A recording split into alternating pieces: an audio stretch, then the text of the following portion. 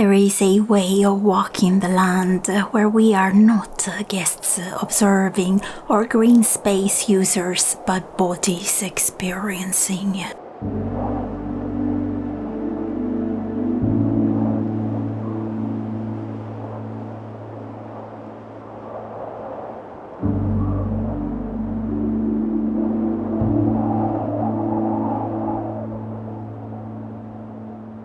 There is a way of feeling the wind or the rain that does not translate in them impeding and us having to find immediate shelter from them, but that sees our bodies as connected to the web of weird, not less than a mountain peak or the twig of a single birch. We have paved so much wilderness. In doing so, we have paved something equally precious, connectedness. I receive hundreds of messages a month of people asking me how can I connect with the old gods of Scandinavia, as if they had nothing to do with the pavements we choose to walk every day.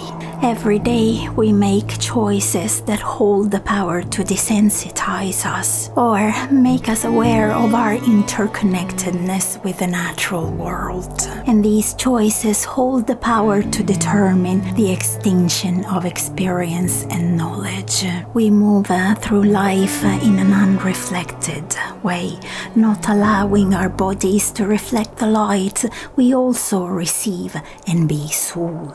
BIV, the air we also breathe and transmute, and be Bjekkaolmai, the wind god, the sound we also reverberate and be the creation of Ymir. Completely outside of the dance, we wonder how can we connect to the old gods. The grounds up here have showed me how the whole issue is not about reconnecting, it's about reflecting nature, using our bodies to reflect the elements. In using our bodies to reflect the elements, we allow our bodies to regenerate and become what they are really supposed to be, a single, unique pattern found in the natural world. How long ago you remember you spent time with the snow beings, a time that became unconsciously long to the point your cheeks and nose became red. In that time, your body just got to reflect the elements and look more like Skadi. How long ago you remember you spent enough time in the water until you were pruned. In that time, your body just got to reflect the elements and look more like Ran.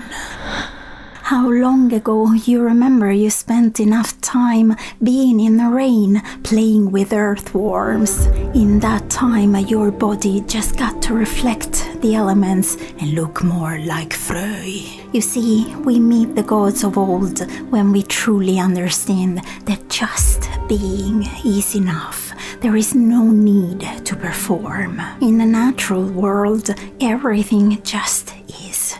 And each and every element is the body of the gods. In the world of separation, everything just performs, and each and every element exhausts itself trying to adapt instead of just reflecting the bodies of the gods. The refusal to feel takes a heavy toll.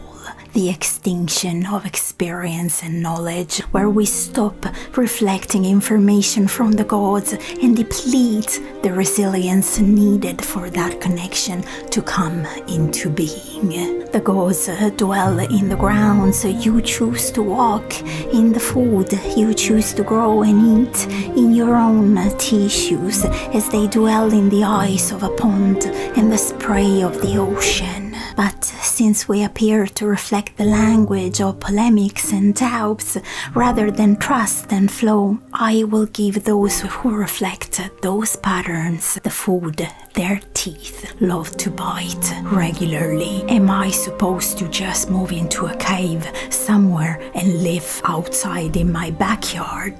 I will take you then to the land of our ancestral framework, where humans used to spend 99% of the time available to them on the land, as the land was not a place to pay a visit to, it was home.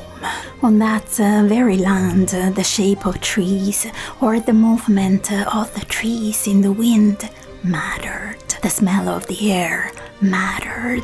We have gotten now to a point where in a whole weekend we don't even get to see the daylight, and we wonder the reasons of the severance from the gods. You see, I am not inviting you to become primitive again. I'm inviting you to be primal in your approach to the earth and the gods, and shift your focus from the realm of inanimate objects to the realm of living things, where we, nature and the gods, evolve in since time immemorial. So it is really about reconnecting with nature. The word connection appears to be supported by the need to belong. That is why I feel we need to focus on reflecting and radiating, because in that state we do not feel the need to belong, as we already do naturally and unconsciously. I feel that when it comes to the relationship with nature and the gods, it is our essentiality, our sacrality as a pattern of the natural world that should be recognized and acknowledged. A pattern of the natural world does not seek to belong in the natural world, but experiences life itself as the most natural, never-ending sacrifice to the gods, where sacrifice means making sacred, being sacred effortlessly. In a world where humans sacrifice trees, the denudation of forests, the trashing of rivers, those same humans seek then comfort from the brutality of their lives in meditation practices or nature retreats. The fabric of life on which all of us depend is declining rapidly because of our actions.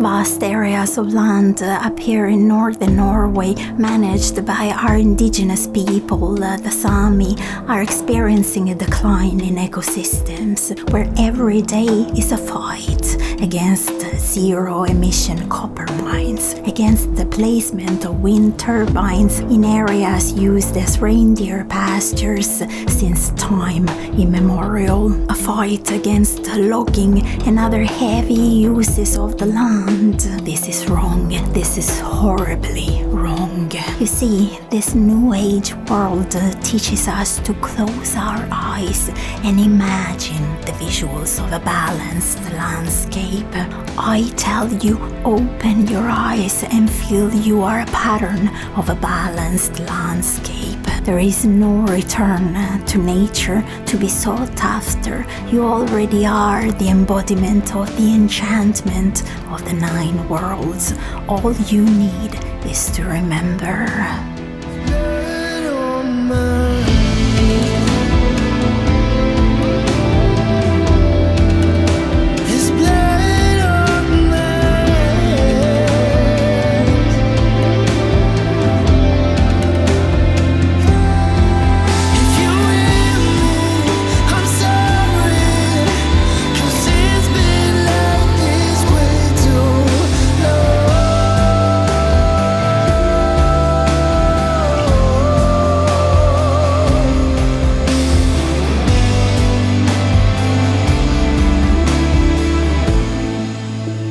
There's blood on my hands. There's blood